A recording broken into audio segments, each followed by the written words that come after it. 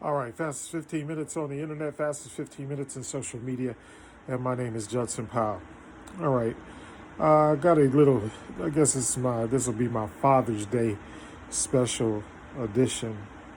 Um, but first, I want to talk about what I've been talking about um, the uptick in social media and everybody's take on everybody else and all the back and forth and everything like that. But the one thing that, and this is what came to me in my meditation, um, was that basically that we can't lose sight of the common enemy. We all have a common enemy, no matter how we feel, no matter what our what our agenda is or whatever. We have one common enemy. Even the people that we call coons, the reason why we call them coons is because what? Because they don't understand or realize that they actually have an enemy until they get the our famous Negro wake up call.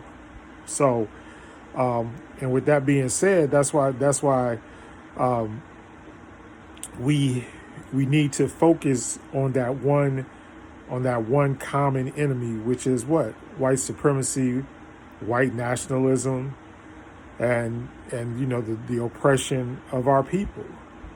That's what we need to be getting a grip on, and those are the problems we need to be able to solve, along with other things that go along with that, like the denial of generational wealth and all of that kind of stuff. We're at a certain point, but we're only allowed to get to a certain point, and then whatever comes after that, it's all basically just luck of the draw. And even in places where we have done great, the things that we have done great over have been taken away. That's the thing that I wanted to that I would like to talk to some of these people and be able to say, look, you don't understand that and the funny, let me rephrase that. The thing is that you don't understand because Malcolm X talked about this stuff a long time ago. In fact, that was basically his platform, his agenda was the fact that they would replace our intellects, the people that have intellectual knowledge, that they would replace the intellects with athletes and entertainers. And I guess that's exactly what has been done, because the only people that actually can really gain a platform is if you're an entertainer, a rapper, or something like that, or you're an athlete that makes a lot of money. People that make money. If you make money, no matter how moral or immoral you are, you'll be given the stage at some point. And then if you don't go along with the program, of course, then they'll do whatever they can with the N-word wake up call in order to bring you back into the fold, in order to as Kwame would say, the go along get along game, or the get along go along game, however you want to put it. And that's because, and once again, something that I always say is because they're happy, they're ecstatic with their place in white supremacy. That's what it's about. So we gotta understand that, and as we get an understanding of that, then we can solve the problems. But we have to understand that there's one common enemy, and that's white supremacy. That's the common enemy, and I mean, and it's worldwide. It's not just here. Look how long apartheid went on in South Africa, or you had governments, and you still have governments in Africa being controlled by outside forces, whether as we have come to know them as the colonizers, and that kind of thing. So we need to get that under control. That's the assignment. That's the problem. And it has nothing to do with marriage and all that kind of stuff. I know that that's a way to get people to watch, because it's a common problem, but it's not the utmost problem. And here's the other thing: when I was thinking about this stuff for Father's Day, I miss my father and my grandfather. I miss them, and even my surrogate fathers. People that were also in my village. I had a whole bunch of other fathers that were out there that were like huge successful black men. And so I listened to what they said, and I took in what they said, and I realized something, that even no matter how successful they were or how far up the ladder they climbed, that there was always somebody there, and there was always that ideology of white supremacy that sort of made the glass ceiling over the top of them.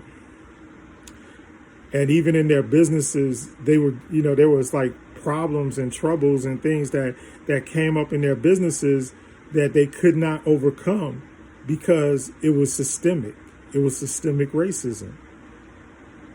And so everybody, that's why so when people say, no, look, it didn't just go away. It was going on in the 60s, the 70s, the 80s, the 90s, the 2000s, still going on. Because, that's why, because how do you have a sports league that has 80% of the players are black, and only a couple of percentage points of the coaches are black, or only one, there might be one or two executives up in the ranks in those organizations, and then we have sports leagues where there is no black ownership, but black people make up the majority of the people in the league.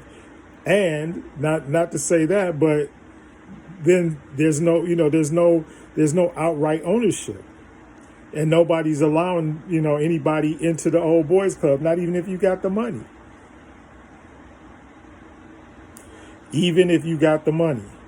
And I saw that, I saw that with my uncles and my father and everybody else. They were automobile dealers. These guys had mad, Ford, Lincoln Mercury, Volvo, Jaguar.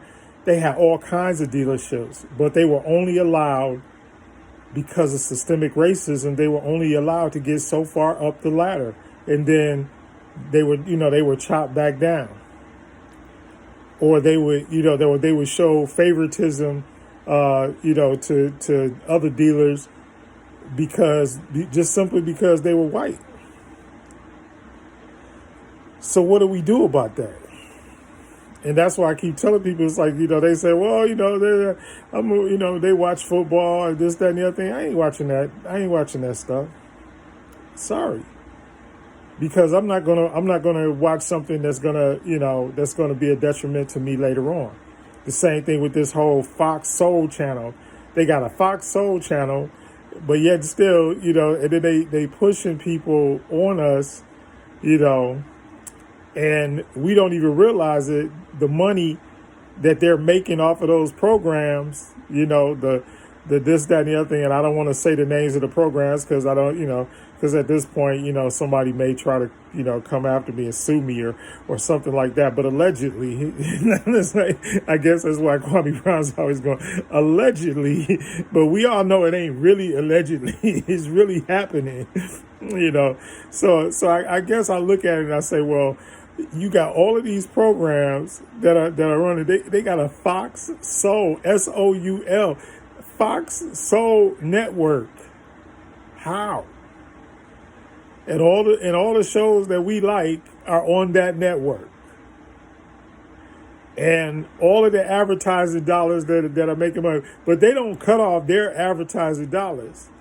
See, now if it was on all black network, if TV One, just like they cut off all the funding for TV One, they cut off all the funding for Tom Joyner, they cut off all the, whatever they got, they cut it off.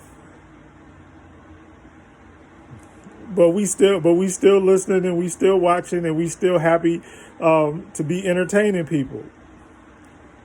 And once again, I bring up Sister Michi X because I was like, look, How is it that y'all just happy being entertained, but y'all not happy really solving the problems that come with systemic racism and white supremacy? And everybody wants to, they want to get mad, and that's why, like I said, if I get 20 people to view this, I'm happy. Of course, nobody wants to preach in an empty church, but eventually, the church gets bigger. I remember back in the day, and I remember, Pastor Creflo Dollar, when he was like, he started his church and there was nobody there, but he showed up every day and he preached every day. And then one day he said he turned around and there was some people there. And then it just grew from that. So I'm not disappointed in meager beginnings. Let me go back to some more scripture, right? I'm not disappointed. In fact, I'm very happy because the people that need to hear this, the Most High is going to get it to them. And then finally, the one thing that I want to talk about, on Father's Day is to say that, look, I'm grateful. I'm extremely, gratitude is everything. It wasn't until I had all of these health issues and everything else that I realized, how blessed I am and how grateful I am to actually, have the people in my life that I have in my life. And that, that things are different now than the way they used to be. So nobody can really, so don't try to put me in the past because I'm not there anymore. My spirit is no longer in that position. And so, and I claim that wholeheartedly. And I believe that a lot of things happen, I believe in the Kemetic system. I believe in karma. I believe in the law of attraction. I believe that the people that need to hear the message will eventually at some point hear the message. But the one message that I would like to dispel on Father's Day is that there are no good fathers, because that's a lie. There are no good black fathers, that all the black fathers out there are bad. That's not true. And I also have to take from the book of my wife, because she enlightened me to something. And I was just like, she was like, what went on between your mother and your father is none of your business. Because we hear all of these like wealthy people and stuff like that. They got all of these mental health issues and all of these, hates and all of this stuff. Be grateful that you had a father. Be grateful that you had a mother that cared about you and that took concern with what you do. Because men, here's the thing, men and women are different on purpose. Women are spiritual, men are not, for the most part. Men are material. So that's how come they are able to lead and guide you through the material world.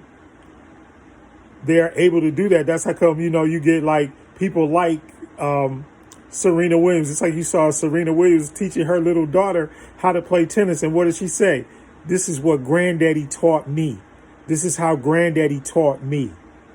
Right? But, but a few years back, I remember when they were mad because of the treatment that he allegedly was dealing to their mom. But that's none of your business. Beyonce did the same thing. Beyonce was upset, blah, blah, blah, blah, blah. But guess what? You are a billionaire because of your father. Because your father was diligent with you. The same thing with the Jacksons. People talk about Joe, the whole movie. They made a whole movie about how horrible this man was. But everybody in his family are millionaires. And I'm talking about multimillionaires, not even at the point where they could even begin to start to lose their generational wealth. So you got to look beyond you got to look beyond the circumstances, look beyond the material, the physical and everything, and look to the spiritual. Because, everybody talk about grandma praying and mama praying and this, that, and the other thing, but guaranteed y'all, Even though men don't show it, men pray for you. Your father, trust me, your father prays for you. Every time my wife was pregnant, I sat there and I begged the Most High to, like, please, please let my child be whole and let my child, be profitable to the earth. Anyway, fast 15 minutes is up. I'm way over. Love you. Happy Father's Day to all the fathers. Peace.